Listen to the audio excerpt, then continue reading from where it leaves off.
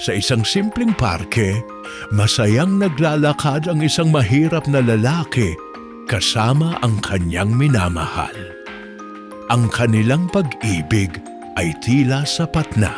Ngunit biglang dumating ang isang mamahaling kotse. Bumaba ang isang mayaman na lalaki.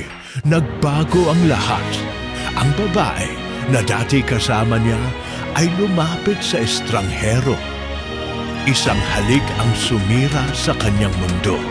Naiwan ng mahirap na lalaki, nakatayo, gulat na gulat. Ang kanyang puso ay nadurog sa kanyang mga mata. Umiiyak siya sa isang bangko.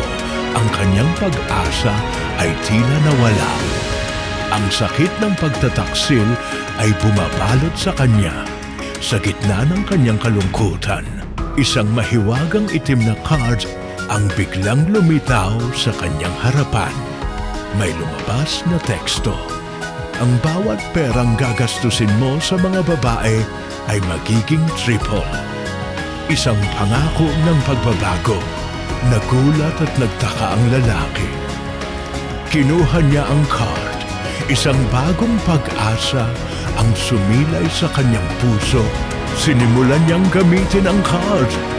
Bawat gastos ay nagiging triple. Unti-unting nagbabago ang kanyang kapalaran. Ang kanyang kayamanan ay lumago ng mabilis. Mula sa wala, siya ay naging isang taong mayaman. Nagbago ang kanyang pananamit, ang kanyang kotse, ang kanyang buong pamumuhay. Siya ay naging isang bagong tao. Isang gabi, nakita niya muli ang dating kasintahan at ang mayaman na lalaki sa isang marangyang restaurant. Pumasok siya, mas mayaman at mas matikas. Isang ngiti ng paghihiganti ang sumilay sa kanyang labi. Nagulat ang dating kasintahan. Ang kanyang mukha ay puno ng pagsisisi at pagkabigla sa kanyang nakita. Umalis ang lalaki, iniwan ang dating kasintahan na nagtataka. Ang kanyang paghihiganti ay natapos na. Hawak ang itim na card, naglalakad siya palayo.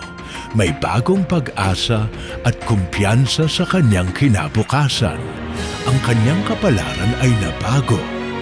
Isang bagong simula, isang bagong buhay. Salamat sa mahiwagang regalo.